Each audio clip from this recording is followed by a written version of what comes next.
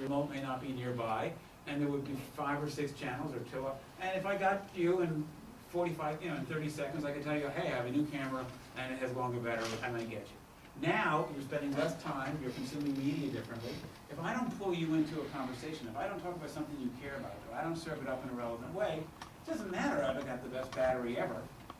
You're never going to get to that conversation. So a lot of marketers are now saying, even though both are important, I got to make sure I serve my brand up in the most relevant way possible. Because if it's relevant, I'm going to, as a user, I'm going to search it out. I'm going to type in something in my search engine and go for it. I'm going to have more control over it. So relevance is becoming more important. To do that, a lot of marketers are looking at their core brand promise and saying, how can I make it more relevant? So one of the stories in the book is from Liberty Mutual. And Liberty Mutual, like many other insurance companies, offers a range of insurance. And one of the things you quickly realize in many categories is that it's hard to be, everyone has the same basic offer.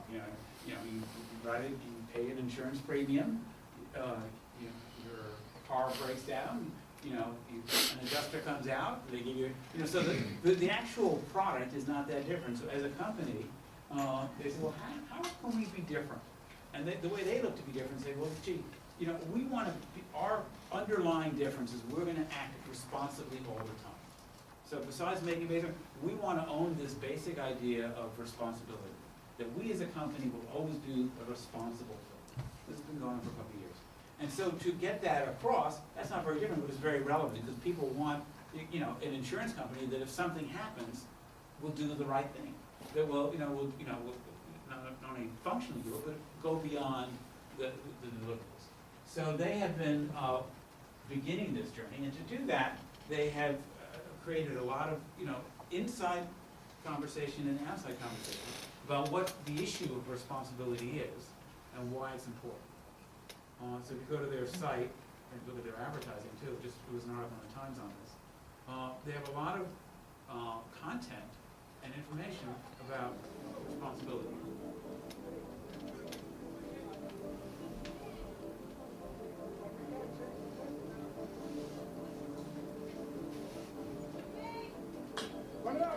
I'm Chase Rousseau, and I'm 12. My favorite sport's baseball. Chase, how's your ready? Let's go.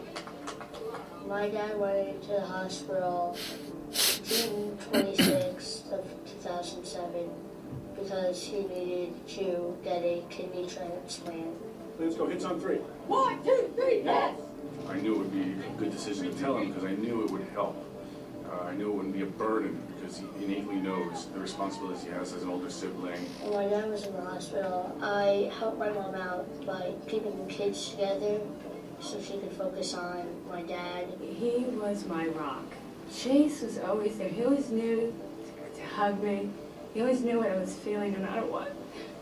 And I, he was so strong. He's always been such a strong kid that I really, I would go to him, and we would talk. I felt pretty sad, but I also felt that I had a big job to do, so I had to comfort them and So you get make the sure idea everything that, was okay. so, they have if there was information on their website about, where their offices were and how many claim agents they had, not many people would go there and say, let me dig into it.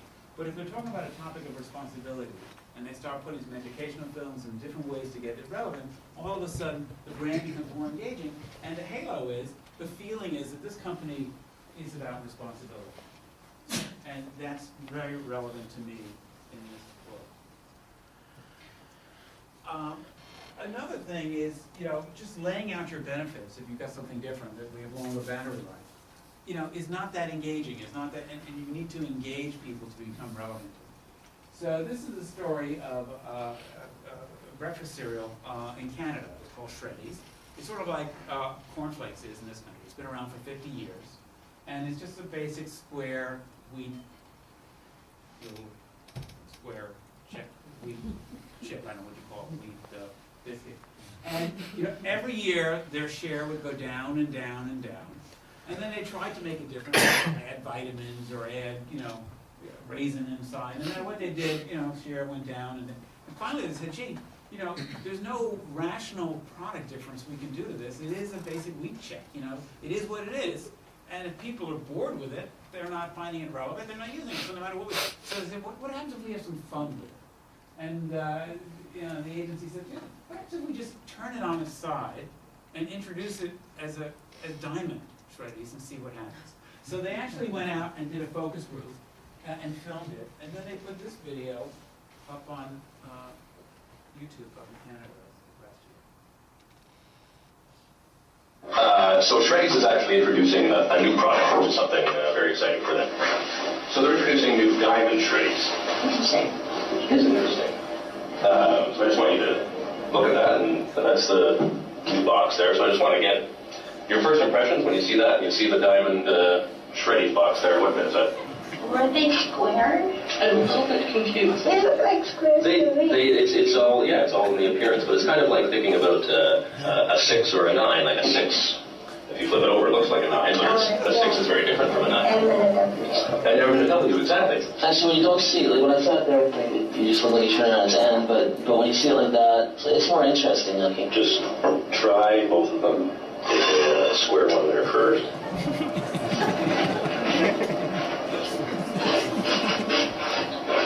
Diamond shape.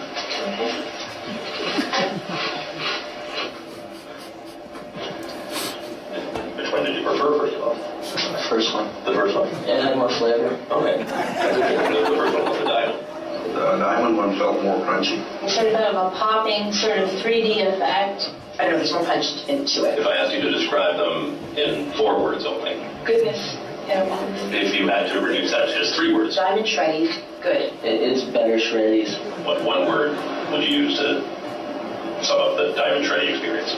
Breakfast. If I asked you to describe the diamond shreddies without using words, Ha ha ha. that was no words. That was wonderful. That really carried it across. That was great. So they put this up, and it spread virally. Everyone's talking about it, and then the Yahoo was saying, hey, well, I'm buying this because it's now diamond. And because it was more relevant, more fun, all of a sudden people got back interested in it. And at the end of the day, it turned the business around and did run. So again, nothing about the differentiation, but try to make your brand more relevant. Probably the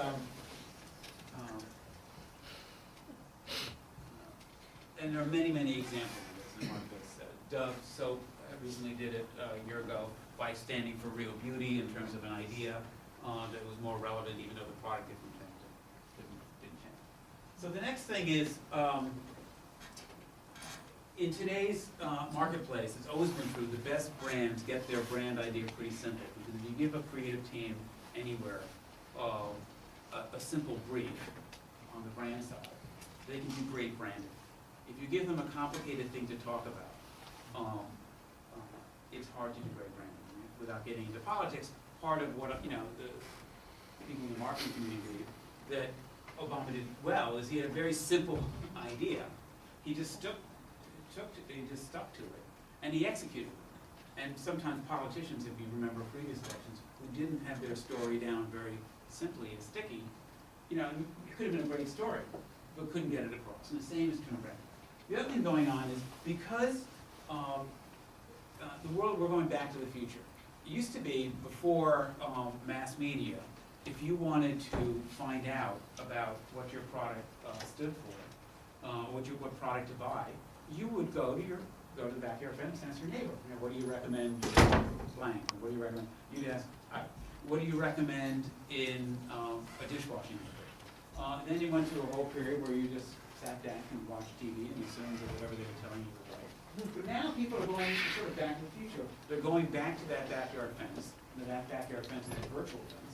And if you want to find out about anything, what do you think about, one digital camera versus the other, or what do you think about one car? You can go online and look at reviews and look at, you can find out what people are talking about in the buzz. So to get brands to be effective in this new space, yes, you have to stand for something different that people care about, but you got to get it pretty simple and sticky. So as it gets passed around, from conversation to conversation, it holds together. And one of the things we do is an exercise where after the brand group has gotten together and said, we want to stand for this and this is how it's different. I said, all right, why don't you tell what your brand idea is to the person next to you in the conference room? We go around the table, and by the time it comes out the other side, you know, if it's totally different than it started, we know it might be the right idea, but we don't have it